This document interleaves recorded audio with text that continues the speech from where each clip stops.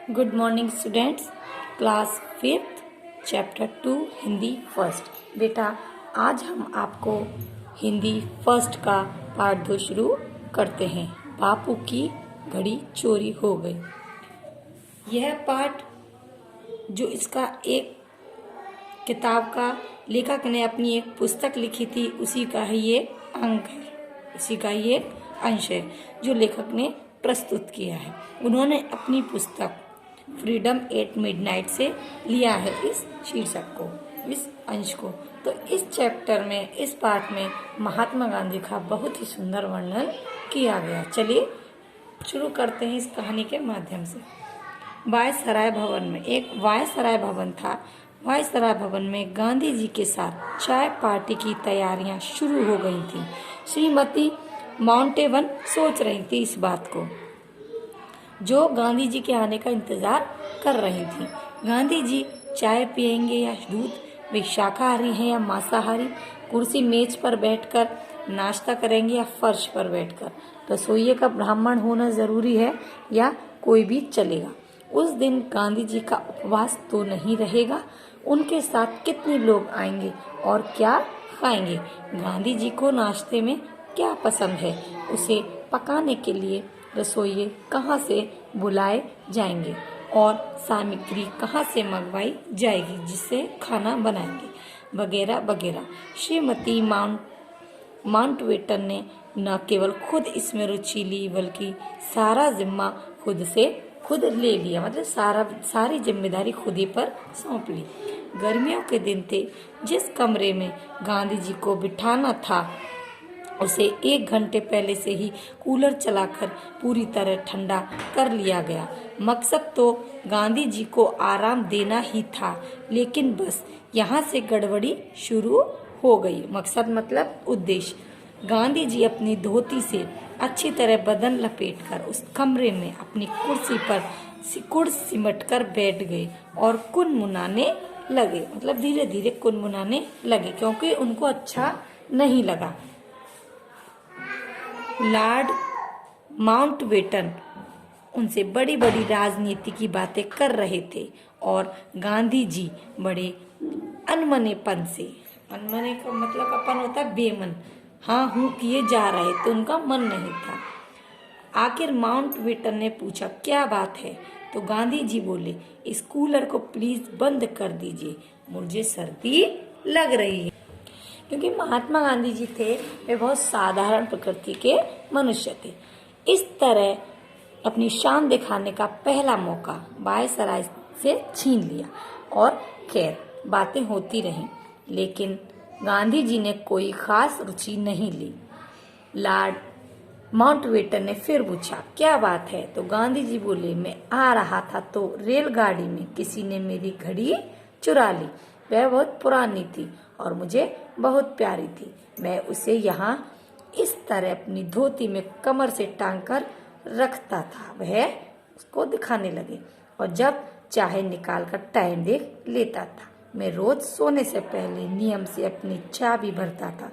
पता नहीं कौन उड़ा ले गया, मतलब चुरा ले गया, और क्यों। इतना कहकर गांधी जी अफसोस में डूब गए, उनको दुख होने लगा।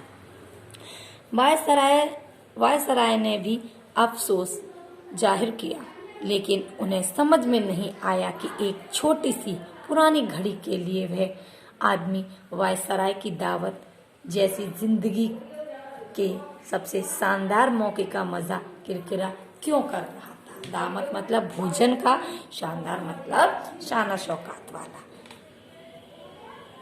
मौके का मजा किरकिरा क्यों कर रहा है।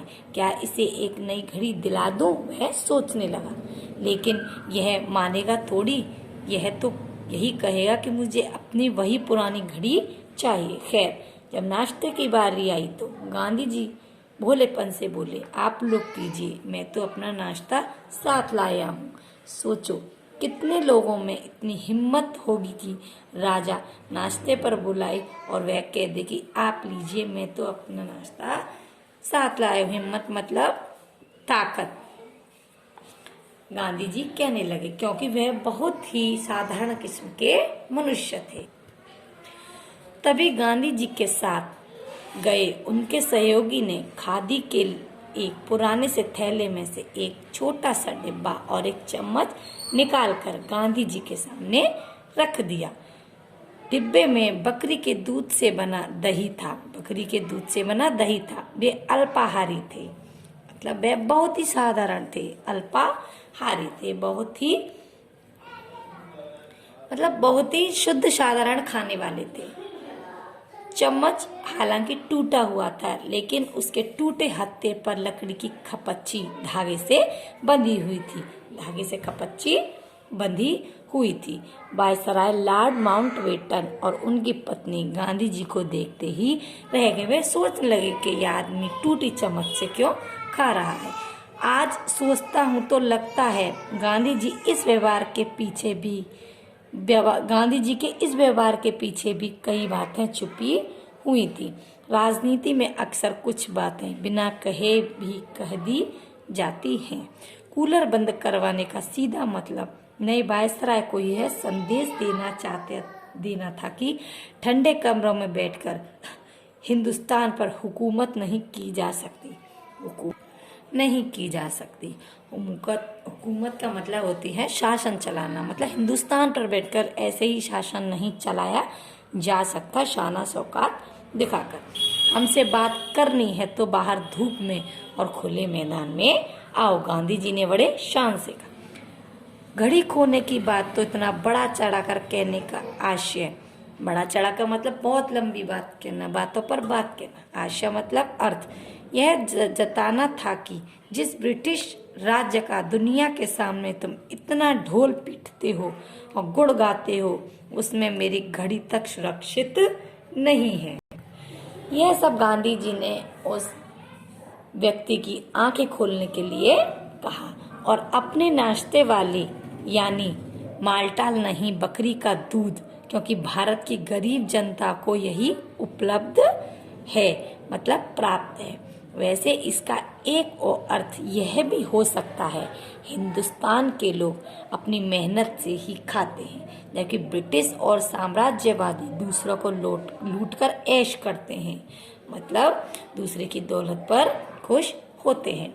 और इस मुलाकात का असर क्या हुआ? अगले दिन के समाचार पत्रों में इस बारे में कोई समाचार नहीं था कि गांधी जी और वायसराय में क्या बातें हुई, लेकिन यह खबर बड़े बड़े अक्षरों में थी कि गांधी जी की प्रिय घड़ी चोरी हो गई। हालांकि कुछ रोज बाद चोर ने साबरमती आश्रम जाकर गांधी जी को उनकी घड़ी लौटा भी दी। बहुत ही अच्छी कहानी है बेटा। इससे हमें यह शिक्षा मिलती है कि हमें हिंदुस्तान भी होकर हमें दूसरे पर कब्जा नहीं करना चाहिए, अपनी मेहनत से रोजी रोटी को खाना चाहिए, क्योंकि दूसरे की दौलत पर अगर हम ऐश करने की कोशिश करेंगे तो हम अपने हिंदुस्तान में अच्छी तरह नहीं रह सकते और ना ही हम किसी को इस प्रकार से रहने का मौका दे सकते हैं। इसलिए बेटा अपनी मेहनत से ही कमाना और खाना जिंदगी का सबसे बड़ा उपकरण होता है। चलिए ये कहानी यहीं पर समाप्त होती है बेटा। अब इसकी एक्सरसाइज पर आएंगे। ये आपके हैं क्वेश्चन आंसर।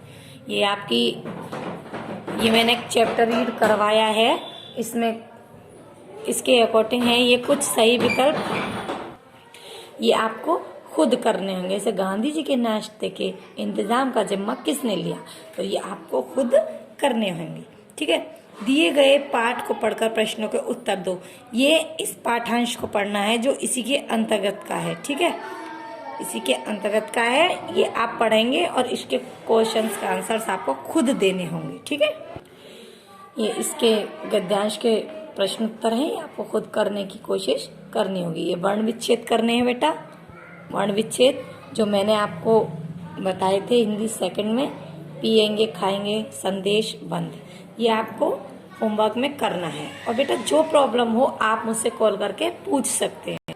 ठीक है बेटा, बहुत ही सुंदर स्टोरी है, आपको बहुत ही सुंदर है ये कहानी, आप इसको पढ़ेंगे। अगर आपकी समझ में नहीं आती है, वैसे तो बहुत ही अच्छी है, आप पढ़ने की कोशिश जरूर कीजिएगा, वीडियो को सीन जरूर कीजिएगा। अगर कोई प्रॉब्लम होती है आप मुझसे कॉल करके पूछ सकते हो। ओके बेटा, थैंक यू।